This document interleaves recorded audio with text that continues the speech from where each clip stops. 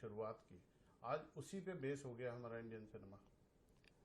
सिर्फ कंटेंट ही नहीं, मुझे लगता है कि हर तरह की फिल्में आज के दौर में चल रही हैं, चाहे वो अ, बहुत ही कमर्शियल एनिमल हो, या फिर एक छोटी फिल्म 12वीं फेल हो, या फिर मिड बजट फिल्में, चाहे oh my god 2, Gadar 2, dream girl 2।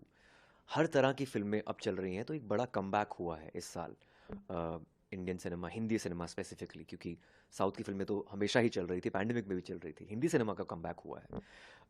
पर ये वो दौर है जहाँ पर कंटेंट को हाइटेंड इमोशंस दिखाना ज़रूरी है, एक पीक पर लेके जाना ज़रूरी है, एक एक एक तरह की जॉय राइड ऑडियंस को दिखाना ज़रूरी है, चाहे वो एक्शन हो, चाहे वो ड्रामा हो, कॉमेडी हो, हर तरह में हमें एक्सेल करना ज़रूरी है। क्योंकि हम आदी हो चुके हैं वर्ल्ड सिनेमा, वर्ल्ड कंटेंट को देखने के लिए।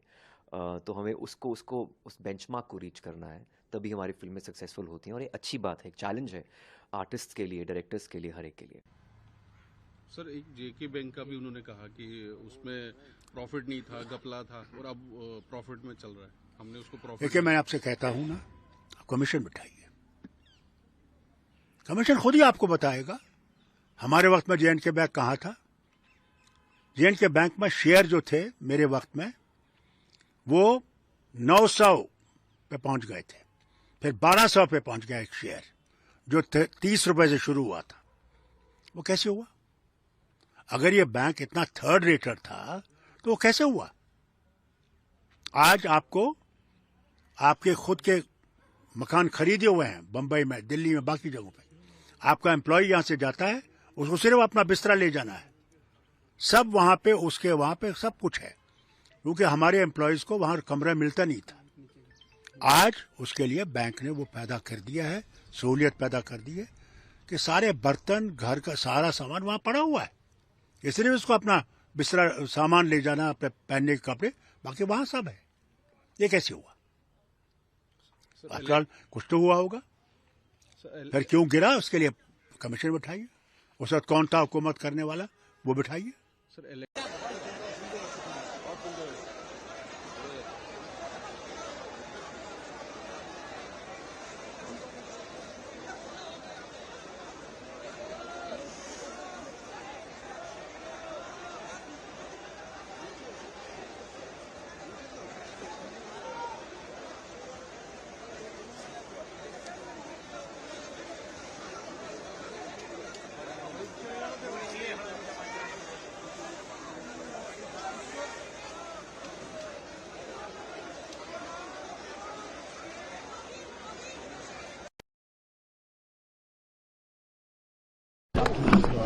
महाराज, आपने कल चुनाव में जायजा लिया और किस तरह से पूरी तैयारी? मैंने पूरी वहाँ समीक्षा भी की है और मैंने वहाँ लंबा वक्तव्य भी दिया है।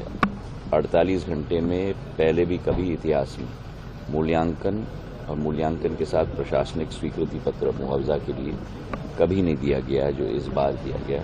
मैं मोहन यादव जी को दिल के गहराइयों से धन्यवाद देना चाहता हूँ, प्रशासन को दिल के गहराइयों से धन्यवाद देना चाहता हूँ। 29 गांव गुना 2 विधानसभाओं में और 81 गांव अशोकनगर में प्रभावित थे। शिवपुरी में करीब 50-60 गांव प्रभावित। ये बताया किस तरह से पूरे जो घटक में और भी जो लोग शामिल हुए हैं सबके साथ मिलके चुनाव को लेके क्या कुछ आप लोगों की स्ट्रेटेजी रहने वाली है?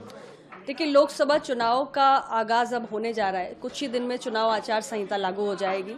उसके पहले ये हमारे पार्टी का विशेष अधिवेशन आहूत किया गया है और सारे पार्टी के कार्यकर्ता प्रदेश के कोने कोने से यहाँ पर पहुंचे हैं।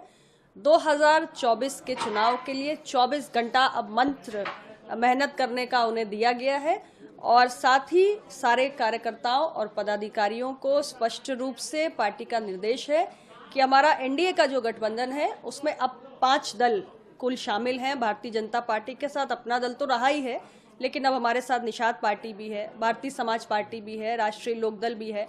तो जहां भी हमारे जिस भी एनडीए के घटक दल का प्रत्याशी हो, हमारे कार्यकर्ता जहां भी हैं, जिस सीट पर 80 सीटों पर 100% का स्ट्राइक रेट हो, इस लक्ष्य को ध्यान में रखते हुए हर प्रत्याशी को जिताने के लिए प्रयास करना है। यूपी में की बात करी जाए तो बीजेपी एनडीए के बहुत पुराना साथी रहा है।